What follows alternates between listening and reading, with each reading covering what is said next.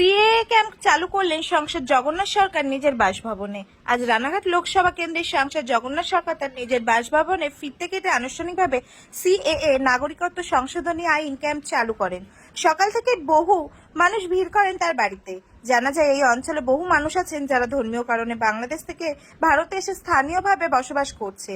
যদিও তাদের আধার ও voter card রয়েছে, তবুও নাগরিকত্ব না থাকায় সরকারি নানা রকম সুযোগ সুবিধা থেকে বঞ্চিত। এই পরিস্থিতি থেকে মুক্তি পেতে তারা সংসদের বাড়িতে আসে নাগরিকত্বের আবেদন করতে। সংসদ নিজেই সংসদে প্রথম এই বিষয়ে আবেদন জানিয়েছিলেন। তার উদ্যোগে আজ এই ক্যাম্পের সূচনা হলো। উপস্থিত মানুষেরা জানান তারা দীর্ঘদিন ধরে নাগরিকত্বের অপেক্ষায় ছিল। আজকে তাদের এই ক্যাম্পের মাধ্যমে তারা আশার আলো দেখছেন। নদিয়ার শান্তিপুর থেকে প্রভাত নন্দের রিপোর্ট, এইচএন নিউজ 24। নাগরিকত্বের আবেদন করার জন্য এখানে তাদের সহযোগিতা করছি পাবলিককে। আমার বাড়িতেই অফিস খুলে তারই জন্য জনতা আসছে। এসআইয়ের বিতর্কের মাঝে আবেদন করতে মানুষ কি কারণ? এসআইয়ের চাপেই তো আরও নাগরিকত্ব নিচ্ছে, কারণ নাগরিকত্বের জন্য ভয়ের পরিবেশ তৈরি করেছিল। খবরদার তোমরা কেউ সিএর জন্য আবেদন করো না। তৃণমূলের দলবল সকলে মমতা ব্যানার্জি সহ ভয় দেখাচ্ছিল যে তাহলে জেনে যাবে তুমি বিদেশি, বাংলাদেশি, তোমাকে ধরে নেবে। আর ওদিকে যেমন এটা করেছিল, তেমনি চুপি চুপি বাংলাদেশি লোককে ধরে, উদ্বাস্তুদের ধরে, যার একটু পয়সা করি আছে, কেস দিয়ে দেবো, বিদেশে পাঠিয়ে দেবো, এই বলে টাকা তুলে ভাগাভাগি করে খাচ্ছিল। আর সে টাকার অংশ শোনা যায় কালীঘাট পর্যন্ত পৌঁছাতো। এখন তাই মানুষ বুঝে গেছে এসআইয়ের চাপে যে নাগরিকত্বের আবেদন না করলে আমাকে আবার দেশে ফিরে যেতে হবে। তাই এখানে যারা আছে বাংলাদেশ, পাকিস্তানের হিন্দু, বৌদ্ধ, জৈন, খ্রিস্টান, তারা যারা 2014 31শে ডিসেম্বরের আগে এসেছে, তারা যেন নাগরিকত্বের জন্য আবেদন করে। তাদের নিজ নিজ এলাকায় নিকটবর্তী যেখানে সেন্টার আছে সেখানে গিয়ে যেন করে, এবং তাদের নাগরিকত্ব দিয়ে ভোটার লিস্টে তাদেরকে সংযোজনও করা যাবে। নাগরিক হলেই সেই ভোটার লিস্টেও নাম তুলে দেওয়া যাবে। তাই অভয় মন্ত্র আমরা দিচ্ছি। ভারতবর্ষের একজন মুসলিমেরও নাগরিকত্ব যাবে না।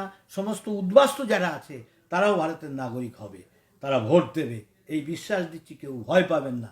তৃণমূলের অপপ্রচারে কেউ যাতে ভয় না পায়। এখানে একটা প্রশ্ন মানুষের মধ্যে ধোঁয়াশা রয়েছে যে যারা নাগরিকত্ব করতে আসছে, বাংলাদেশ থেকে এসছে, তাদেরও আধার কার্ড রয়েছে, ভোটার কার্ড রয়েছে। যারা দীর্ঘদিন এদেশে রয়েছে তাদেরও আধার কার্ড, ভোটার কার্ড রয়েছে।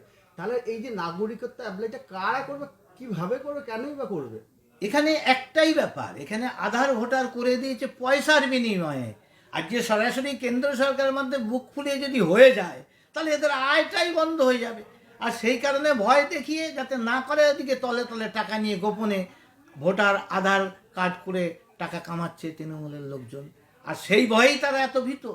আর তারা জানে যে এইভাবে যদি বুক ফুলিয়ে হয়ে যায়, তারা আর তৃণমূলের তোষণ রাজনীতির শিকার হবে না, তারা ভোট দেবে না, তারা আর ভোটের মিছিলে বাধ্য হবে না তৃণমূলের মিছিলে হাঁটতে। তো স্থানীয়রা তাহলে কি করবে যারা দীর্ঘদিন রয়েছে?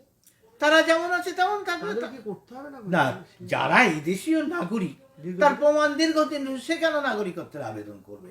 যারা ওপার থেকে এসেছে, নাগরিক হয়নি এখনো, কিন্তু ভোটার আধার করেছে, সুপ্রিম কোর্ট বলে দিয়েছে, হাইকোর্ট বলে দিয়েছে যে ভোটার আধার কখনই নাগরিকত্বের পরিচয় নয়, নাগরিকতা হওয়ার সহায়ক কিছু একটা তার আত্মপরিচয়ের একটা জিনিস, যে তুমি এই ব্যক্তি এ, এটা শনাক্তকরণ, কিন্তু সে সিটিজেন এটা বলা যায় না। তাই সিটিজেন হতে গেলে তাকে সিটিজেনশিপ নেওয়ার জন্য আবেদন করতে হবে। আর যারা এদেশ থেকে আছে তার সব কিছু সূত্র রয়ে গেছে, তাকে আর নতুন করে কিছু আবেদন করতে হবে না।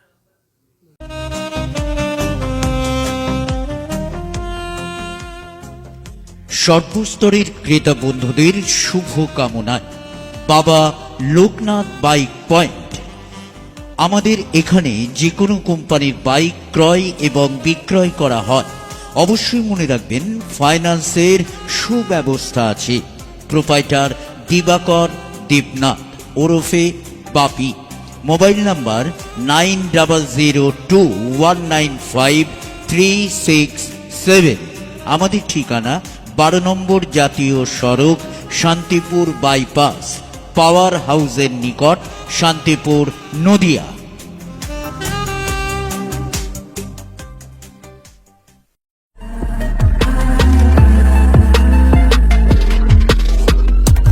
নমস্কার, আপনারা দেখছেন HR নিউজ 24, সত্যের লক্ষ্যে মানুষের পাশে।